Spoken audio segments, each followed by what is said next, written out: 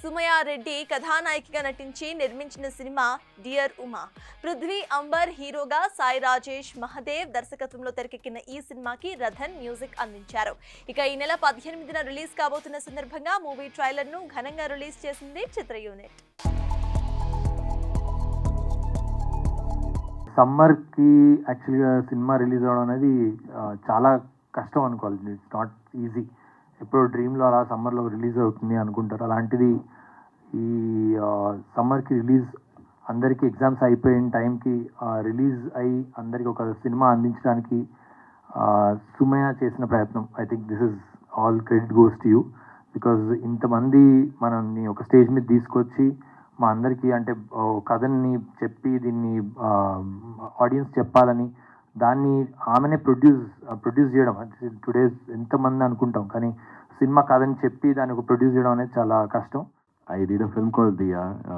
It was dubbed to Telugu, and the way the film was appreciated, the way Telugu audience gave the love, it was magical for me.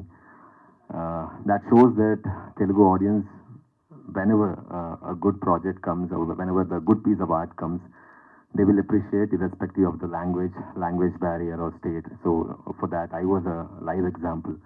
After that, when Nagesh sir had called me for this project, and Sumaya and Rajesh sir, they narrated me the story. I really liked the story, and especially I liked the fact that lady, she has wrote a story and she's producing it and she's starring in it.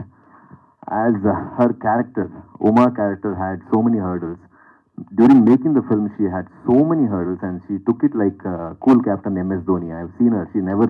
Actually, ఇది నా first stage sharing ఇంతమంది ముందు. Press అందరికీ thank you so much. కొద్దిగా అటు ఇటు ఏమన్నా అయితే ప్లీజ్ ఫర్గివ్ మీ. ప్రతి మగాడి వెనకాల ఒక స్త్రీ ఉంటుంది అని చెప్పడం ఎంత నిజమో, ప్రతి అమ్మాయి వెనకాల కూడా ఒక మగాడు ఉంటారు అనేది నిజం. ఇంతమంది లేకపోయింటే ఈ సినిమా నేను ఇంత సక్సెస్ఫుల్గా తీసుకొచ్చేదాన్ని కాదు. ఫస్ట్ నేను ఈ స్టోరీ రాసినప్పుడు అంటే కంటెంట్ వస్తుంటుంది. I really want to give something audience కోసం. ఒక మంచి సబ్జెక్ట్ ఇవ్వాలనుకున్నాను. రాస్తేనే అయిపోదు కదా, అలానే నాకు ఒక డైరెక్టర్ కావాలి. సో రాజేష్ గారిని నేను ఒక 7 years నుంచి నాకు తెలుసు. ఎందుకంటే మేము ఇద్దరం స్ట్రగ్లింగ్ స్టేజ్ నుంచి we have know each other. అప్పుడు నేను కథ చెప్పడం వల్ల ఆయన దగ్గర ఉన్న కథని పక్కన పెట్టి ఓకే ఒక అమ్మాయి చేస్తానంటుంది అనేసి సపోర్ట్ చేశారు. Thank you so much Rajesh గారు. For more videos like this, subscribe Big TV channel.